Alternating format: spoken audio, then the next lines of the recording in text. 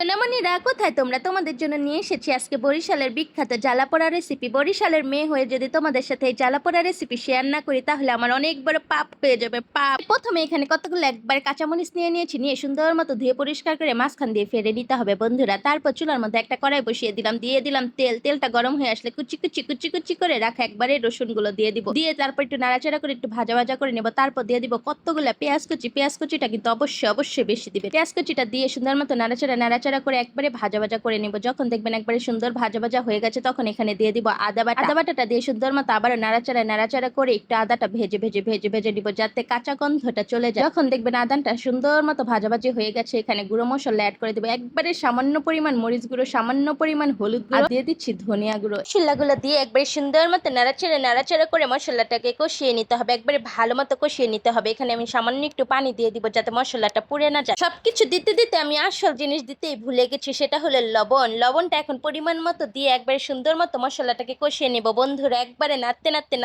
আকাশ উড়ে যাবেন, বাতাস উড়ে যাবেন, তো নাড়ানাড়ি কিন্তু বন্ধ করা যাবে না। তো যাই হোক, যখন তেল উপরে ভেসে উঠবে, মশলাটা সুন্দর মতো কষানো হয়ে যাবে, তখন এখানে বড় বড় চিংড়ি মাছগুলো একবারে ঢেলে দিব। ঢেলে দিয়ে সুন্দর মতো উল্টে পাল্টে চিৎ করে একবারে ভালো মতো মিশিয়ে নিতে হবে। তারপর ঢাকনা দিয়ে আমি 10 মিনিটের মতো চিংড়ি মাছটা রান্না করে নেব। 10 মিনিট পর ঢাকনাটা তুলে নেব বন্ধুরা। তুলে নিয়ে আবারও নাড়াচাড়া করে নিতে হবে। তারপর এখানে দিয়ে দিব বরিশালের বিখ্যাত কুখ্যাত ঝাল ঝাল কাঁচামরিচ গুলো ঢেলে দিয়ে সুন্দর মতো নাড়াচাড়া করে একবারে ভালো মতো মিশিয়ে নিতে হবে বন্ধুরা। ভালো মতো মিশানো হয়ে গেলে এখানে দিয়ে দিব পরিমাণ মতো পানি। একবারে সামান্য পরিমাণ পানি দিলে কিন্তু হয়ে যাবে। তারপর ঢাকনা দিয়ে 10 মিনিটের জন্য একবারে উধাও হয়ে যাবে। 10 মিনিট পরে এসে দেখবেন একবারে পানিগুলো সুন্দর মতো শুকিয়ে গেছে, তখন নাড়াচাড়া করে একবারে পানিটাকে শুকিয়ে নিতে হবে বন্ধুরা। তারপর এখানে কুচি করে রাখা ধনিয়া পাতা কুচিটা দিয়ে দিতে হবে। সুন্দর মতো দিয়ে নাড়াচাড়া করতে থাকতে হবে। এখন কিন্তু কোনো রকম ভাবেই নাড়াচাড়া অফ করা যাবে না। যত বেশি ভাজা ভাজা করবেন এই রেসিপিটা তত বেশি মজার হবে বন্ধুরা। যাই হোক, সুন্দর মতো নাড়তে একবারে ভাজা করে ফেলবো বন্ধুরা। এইসব মানুষরা একবারে বরিশালের মানুষের নামে শুধু বদনাম আর বদনাম গায়, তাদেরকে আমরা এই টাইপের রেসিপি করে খাওয়াই। একবারে খাওয়ার পর বদনাম তো দূরের কথা, মুখ দিয়ে আর কথাই বের হয় না।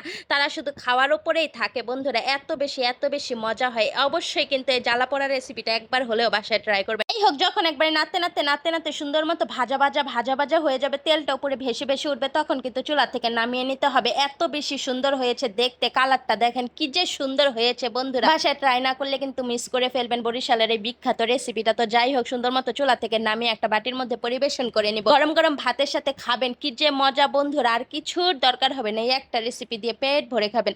যারা ঝাল পছন্দ করেন তারা তো অবশ্যই ট্রাই করবেন, আর যারা ঝাল পছন্দ করেন না তারাও কিন্তু ট্রাই করতে ভুলবেন না। তো আজকের মতো এই পর্যন্ত। ভিডিওটি যদি ভালো লাগে সবার সাথে শেয়ার করে দেবেন, লাইক কমেন্টস ফলো দিতে কিন্তু একটুও ভুলবেন না। আল্লাহ হাফেজ।